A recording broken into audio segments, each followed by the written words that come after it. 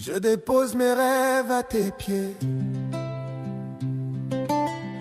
Je dépose mes plans, mes ambitions, mes désirs.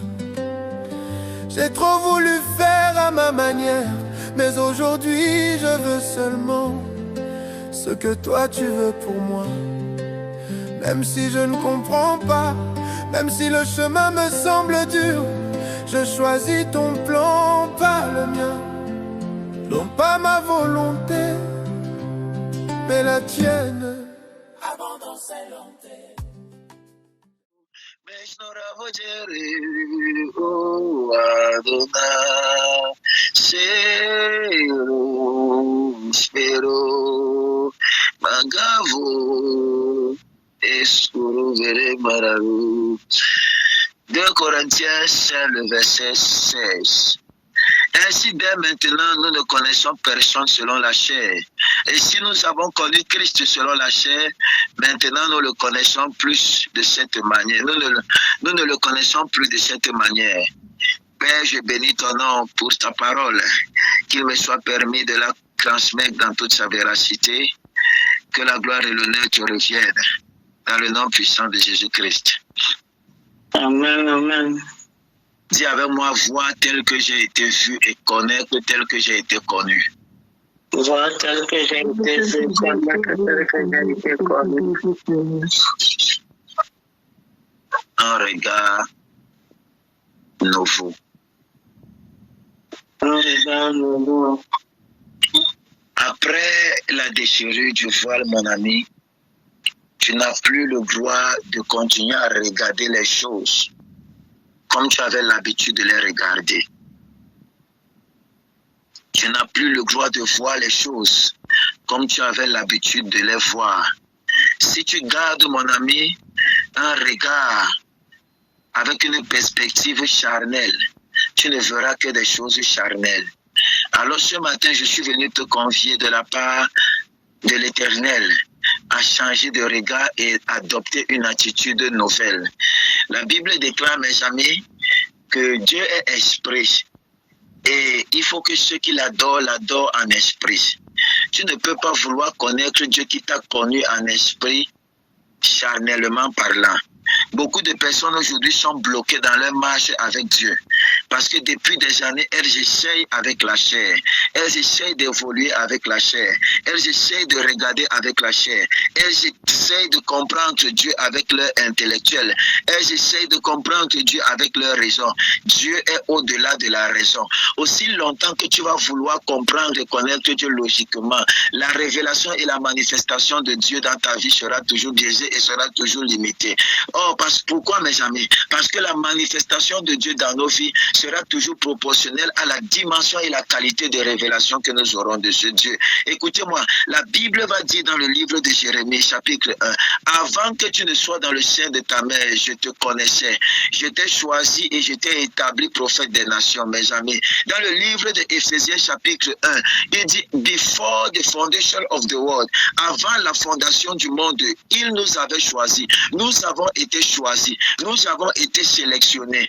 Avant que le monde n'existe tel que nous le connaissons, avant, mes amis, que le cosmos n'existe, avant que la caravane, mes amis, ne soit bannie, Dieu nous connaissait déjà. Dieu, nous existions déjà en Dieu. Alors si nous avons été connus spirituellement, pourquoi vouloir connaître celui qui nous a connus spirituellement, charnellement? Et pourtant, nous ne sommes pas des êtres charnels. Nous sommes des êtres spirituels qui sont dans des corps charnels. Je ne suis pas un corps qui se force de vivre comme un esprit. Je suis un esprit dans un corps qui doit se forcer de vivre comme un homme charnel. Une fois que ce regard change, tu as accès à une pluralité, à une illimitée de manifestations, mes amis. Le problème, c'est que nous regardons les choses avec une perspective physique. Nous regardons les choses, mes amis, et nous continuons à voir, malgré que le voile a été déchiré. Comment peux-tu être dans le lieu très saint, avoir accès à l'intimité, à cette intimité qui te donne accès, mon ami, à la présence infinie de Dieu, à la présence grande de Dieu, et tu continues à réfléchir logiquement et charnellement. Si tu ne dépasses pas le regard naturel, tu ne pourras pas avoir accès aux choses surnaturelles. Il y a des personnes qui ont grandi dans des contextes où les circonstances ne favorisaient pas, mes amis, un autre regard, si ce n'est le regard de la logique. Mais je suis venu t'inviter de la part de l'Éternel et par l'Esprit de Dieu ce matin, de ne plus simplement regarder physiquement, mais de regarder spirituellement, de changer de regard. Tu ne peux pas connaître Dieu charnellement et pourtant il t'a connu spirituellement. Connaître Dieu comme tu as été connu.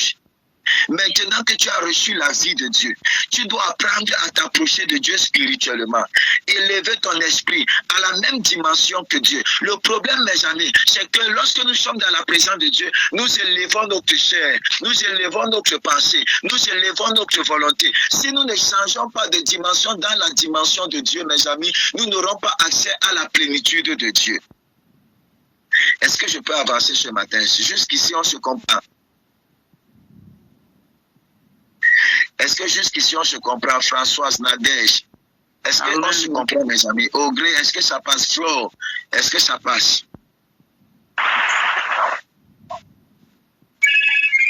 Amen, mes amis. Je veux dire à quelqu'un ce matin, tu n'es pas un être ordinaire. Tu n'es pas un simple, tu n'es pas quelqu'un qui doit te battre avec les choses de la vie parce que tu es un esprit, mon ami. La partie en toi que Dieu a connue, ce n'est pas d'abord ton corps, c'est d'abord ton esprit. C'est d'abord ton esprit. C'est pourquoi un jour j'ai dit, il y a une différence entre l'être créé et l'être mais jamais formé.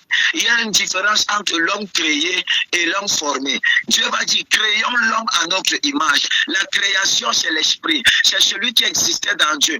Former l'homme formé, c'est quand Dieu a pris, mes amis. Il a formé, mes amis, de la terre. L'homme créé, c'est celui qui a été insufflé dans les narines de l'homme formé. Donc celui qui existait et qui existe depuis dans la pensée de Dieu. Si j'existe depuis dans la pensée de Dieu, ça veut dire que mon but, mes amis, je dois l'accomplir. Et je ne dois pas être arrêté par quoi que ce soit. Or, c'est un problème simplement de mentalité, mes amis. C'est un problème de mentalité. Est-ce que je parle à quelqu'un? L'une des plus grandes erreurs du monde religieux, l'une des plus grandes erreurs, mes amis, des religieux aujourd'hui, je répète, des religieux, mes amis, c'est de vouloir connaître Dieu selon les apparences charnelles. L'une des plus grandes erreurs, mes amis, d'un chrétien, d'un enfant de Dieu, c'est de vouloir connaître son Père. Écoute-moi, tu ne peux pas avoir une autre nature que la nature de celui qui t'a mis au monde. Et si tu veux le connaître, tu dois le connaître à partir du lieu et de comment est-ce qu'il t'a mis au monde.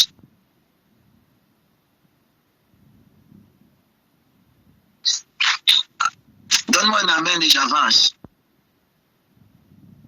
Amen, amen. Paul va donc dire, mes amis, nous ne connaissons plus personne selon la chair. Et si nous avons connu Christ selon la chair, maintenant nous le connaissons, nous ne le connaissons plus de cette manière. Mes amis, nous ne connaissons plus personne. Donc ce n'est plus simplement une histoire, mes amis, de Christ. C'est une histoire même de nos frères et sœurs. J'ai eu un jour à dire à l'un de mes frères, pendant que j'échangeais avec lui, que maintenant, il me demandait, frère, pourquoi est-ce que tu ne gardes pas rancune aux gens? Pourquoi est-ce qu'à chaque fois qu'on te fait quelque chose, tu es toujours en train de sourire, on te fait quelque chose, à quelques minutes, tu as déjà passé à autre chose. Qu'est-ce qui se passe? Qu'est-ce qui se passe? Je lui ai dit, mon ami, j'ai compris que les personnes qui sont autour de moi sont d'abord motivés, sont d'abord des esprits.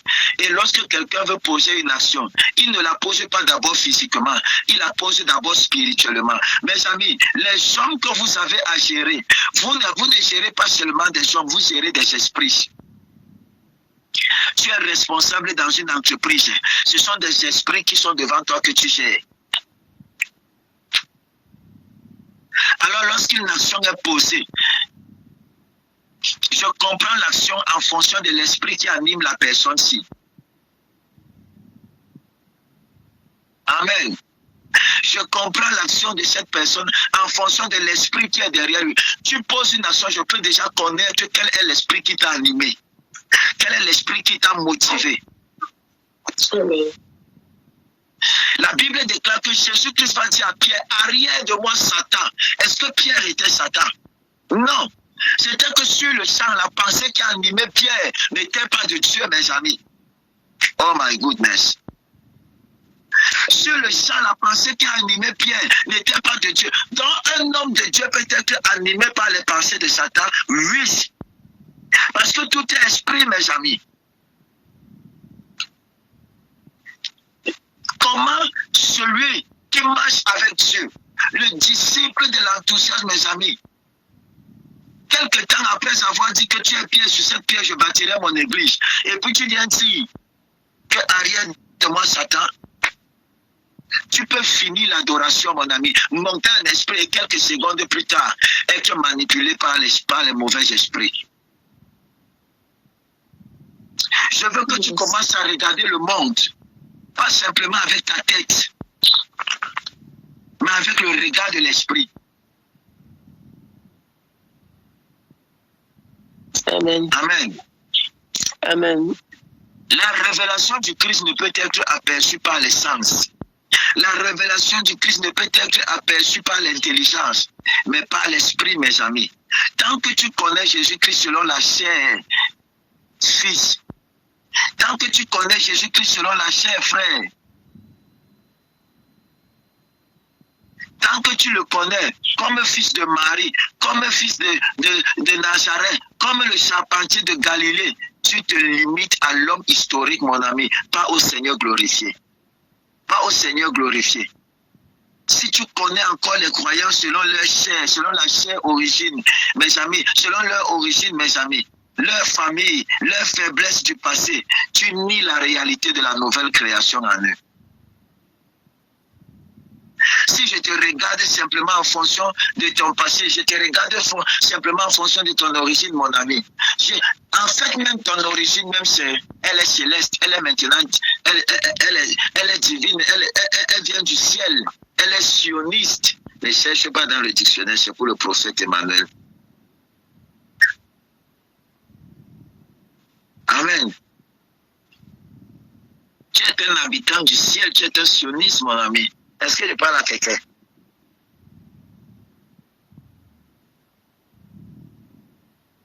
Alors si je veux continuer à regarder Dieu d'une façon charnelle, je limite son action. Si je veux continuer à réfléchir, vous savez, un jour j'ai prié, mes amis, pour demander à Dieu quelle est la différence entre le ministère de Paul et le ministère des disciples. Pourquoi Paul a agi avec tant de puissance et pourtant il n'a pas marché avec Christ. Il n'a pas marché avec Jésus. Vous savez ce qui m'a été répondu? Les disciples ont eu la révélation du ministère terrestre de Jésus-Christ et Paul a eu la révélation du ministère céleste de Jésus-Christ. Les disciples ont eu la révélation du ministère avant la mort de Jésus-Christ. Paul a eu la révélation du ministère après la mort de Jésus-Christ. Lorsque Jésus-Christ était sur la terre, il était 100% homme, 100% Dieu, mais il devait accomplir sa mission en tant que 100% homme. Lorsqu'il est mort, il est devenu 100% Dieu, mes amis. C'est-à-dire la partie spirituelle a pris le dessus sur la partie charnelle. Oh, est-ce que je parle à quelqu'un? Donc, la révélation de Dieu, de Paul.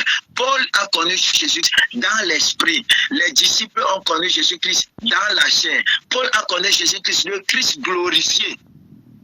La révélation de Christ sur la base de la connaissance spirituelle est plus puissante. Ceux qui ont marché physiquement avec Dieu n'ont pas pu accomplir ce que celui qui a eu une révélation spirituelle avec Dieu, mes amis. Alors il est plus important de marcher spirituellement avec Dieu que de marcher avec lui physiquement. Yes.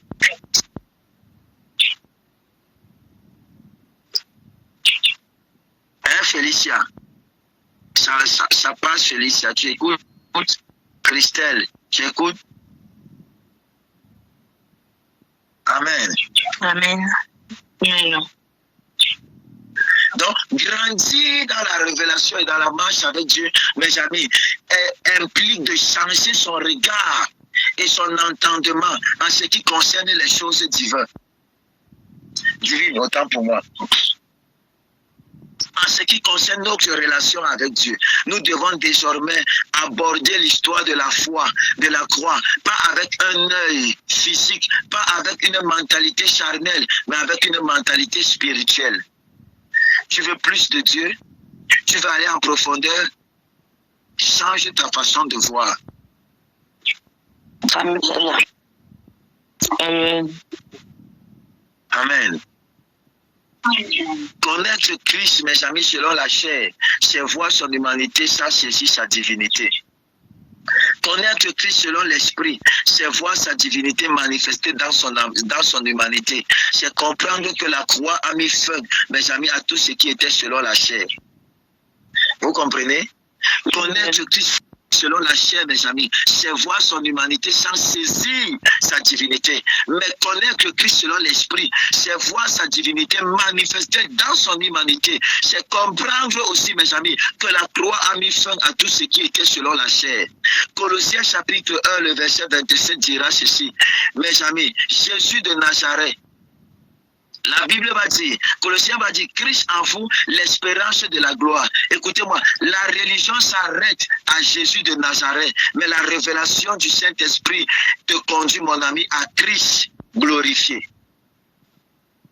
Amen. À Christ ressuscité. La religion va te parler d'un système charnel. La révélation va te pousser à marcher sur un système relationnel et révélationnel.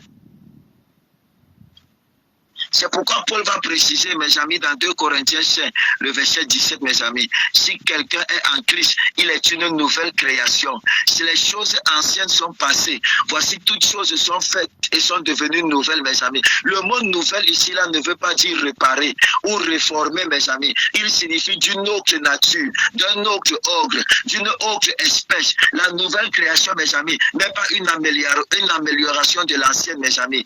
Elle est le Christ ressuscité. Elle est le Christ. Tu n'es pas une version améliorée de l'ancienne version. Tu es une version recréée. Oh my God. Est-ce que je parle à quelqu'un?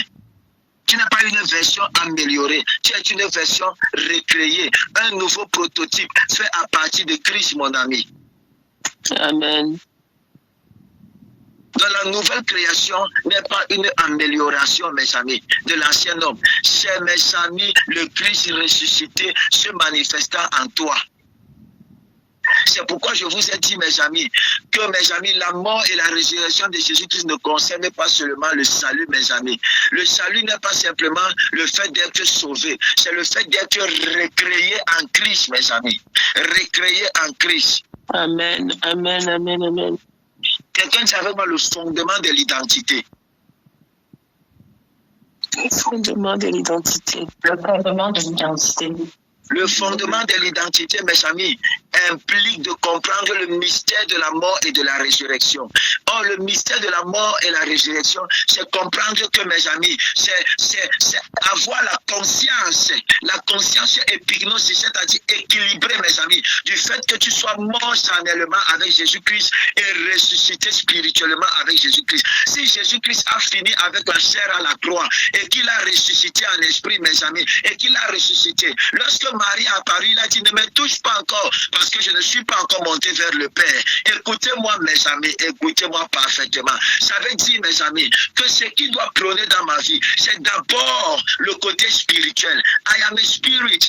I'm not a man of God, I'm a God of man. I'm not manipulated, I'm conspirated. Je ne suis pas manipulé, je suis dieu-pulé. Je ne suis pas un homme de Dieu, je suis un Dieu d'homme.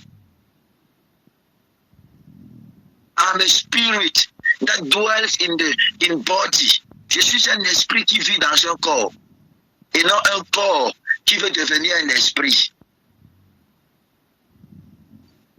Ah. Yes. Amen, amen.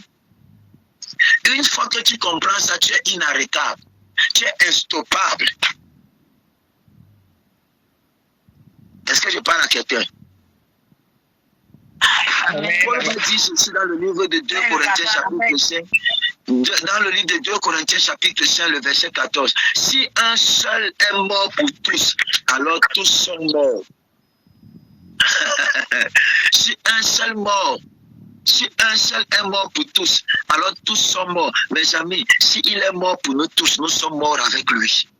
Tu es mort avec lui. Je suis mort avec lui. Nous sommes tous morts en lui, mes amis. Quelqu'un me donne un amen puissant. Amen, amen. Amen. Nous sommes tous morts en Christ, mes amis. Tous. Cela veut dire, mes amis, que sur la croix, Dieu a mis fin à l'ancienne humanité, mes amis. L'homme adamique a été crucifié en Christ. Et lorsque Jésus-Christ est ressuscité, il n'est pas revenu en tant que Jésus, fils de Marie. Il est revenu, mes amis, comme Seigneur glorifié, comme Jésus, fils de Dieu, le premier-né d'une nouvelle race. Ainsi, mes amis, si un seul est mort, tous sont morts avec lui. Si un seul est ressuscité, tous qui croient sont ressuscités avec lui. Si un seul a été glorifié, tous qui sont en lui partagent sa gloire. Si un seul a reçu le nom au-dessus de tout nom, tous, mes amis, tous ceux qui sont avec lui et en lui, ce même nom, mes amis, cette même autorité, elle les partage. Nous avons aussi reçu le nom au-dessus de tout nom. Pas simplement le nom au-dessus du nom qu'est Emmanuel. Avoir reçu le nom au-dessus de tout nom, ce n'est pas simplement recevoir le nom au-dessus de tout nom propre, mes amis. C'est aussi recevoir le nom au-dessus de tout nom commun. C'est recevoir le nom au-dessus du nom qu'est la maladie. Parce que oui, la maladie est un nom. Oui, la pauvreté est un nom. Oui, la stagnation est un nom. Oui, la possession est un nom. Tu as donc reçu le nom au-dessus de ces noms-là. Et si tu as reçu le nom au-dessus de ces noms-là, ces noms doivent disparaître et ne doivent plus exister en toi. Amen. Amen. Amen. Donne-moi un amen et je pousse encore. On peut encore aller en profondeur. Amen. Amen. On peut aller en profondeur, encore chercher la connaissance pour pouvoir manifester Dieu différemment dans notre génération. Nous sommes des vaches qui allons démontrer Dieu, je vous le dis. Et rien ne va nous arrêter. Tout part par la connaissance. Celui qui est sous-informé est déformé. Celui qui est bien informé est transformé. La bonne information transforme, tandis que la sous-information déforme. La mauvaise information déforme. Parce que tu as l'image de la qualité d'information auquel tu t'exposes.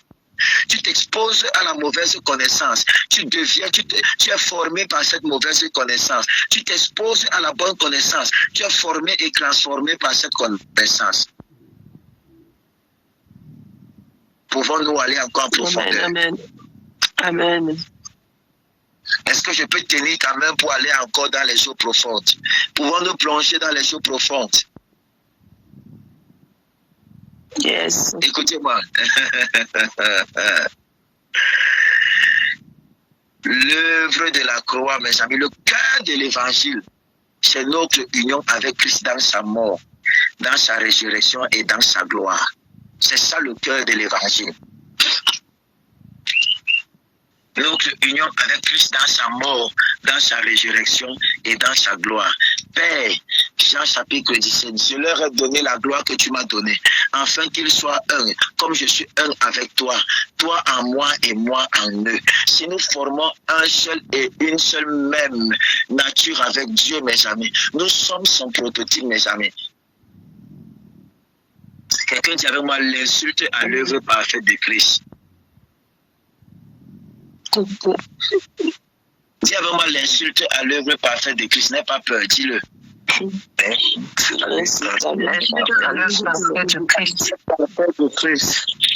Mes amis, l'insulte à l'œuvre parfaite de Christ, c'est ignorer cette vérité. C'est ouvrir la porte à des doctrines qui rabaissent la croix, mes amis.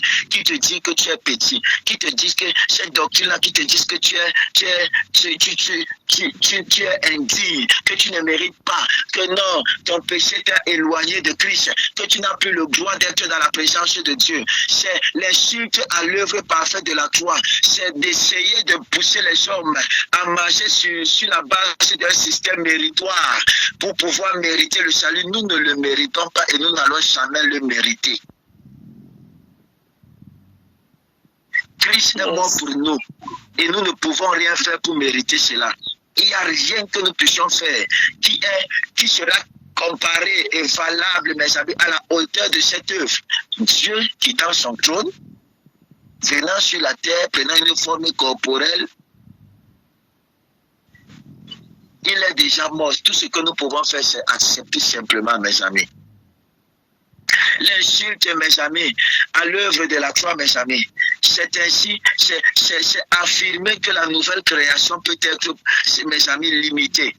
C'est affirmer que la nouvelle création peut être arrêtée. Ils peuvent se lever contre toi, c'est vrai, mais ils ne peuvent pas t'arrêter. Ils ne peuvent pas t'arrêter. Tu es fait d'un autre bois, mon ami, rien ne peut t'arrêter. Ils peuvent batailler. Alors, lorsque tu feras face aux batailles ou aux tempêtes, souviens-toi que ta voix peut calmer la tempête. Souviens-toi Amen.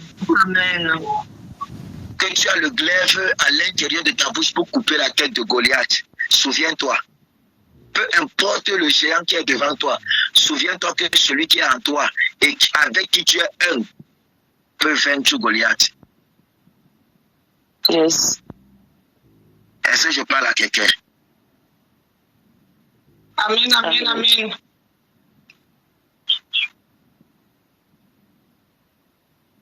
Comment celui qui est assis avec Christ dans les lieux célestes selon Éphésiens 2, le verset 6, peut-il encore, mes amis, laisser les sorciers le dominer? Comment? Comment celui qui a été transféré du royaume des ténèbres au royaume du Fils selon Colossiens 1, le verset 13, mes amis?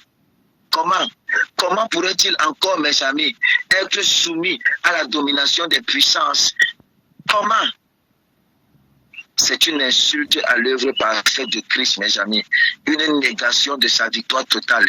L'œuvre de la croix n'a pas besoin d'être complétée, mes amis, par quoi que ce soit. Nous l'avons déjà, mes amis. Nous l'avons et nous avons déjà vaincu. Peu importe le nombre de nos batailles, nous avons déjà remporté la victoire, mes amis. Nous avons déjà remporté la victoire. Oh, pendant que j'étais en train d'échanger avec la servante Evelyne une fois, elle a dit, oh, c'est tellement admirable de constater que nous avons déjà coupé la tête du serpent et que ce n'est que son corps qui remue. Mes amis, lorsque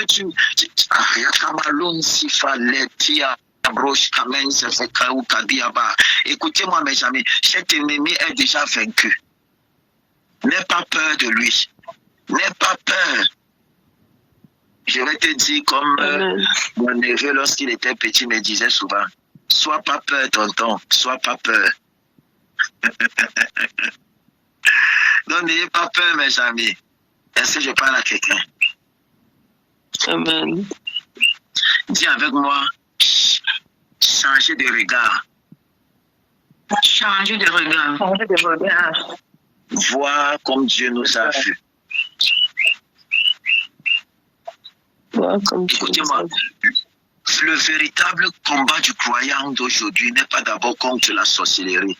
Ton véritable combat, mon ami, n'est pas d'abord contre les ennemis qui sont autour de toi, mais contre les pensées qui s'élèvent contre la connaissance de Christ.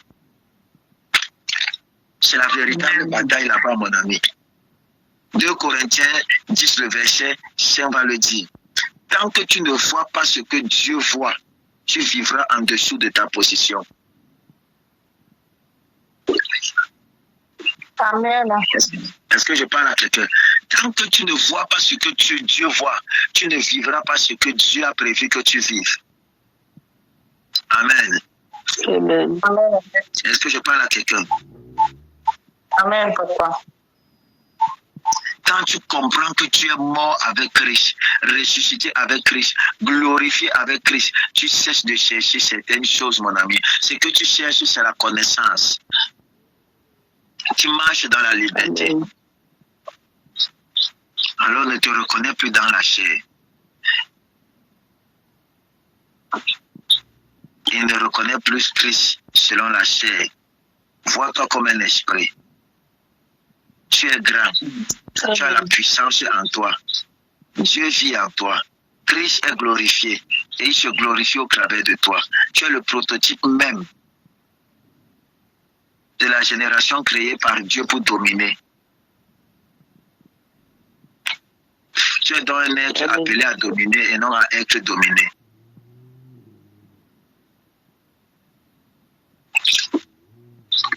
C'est ça la déchirure de du voile, mes amis.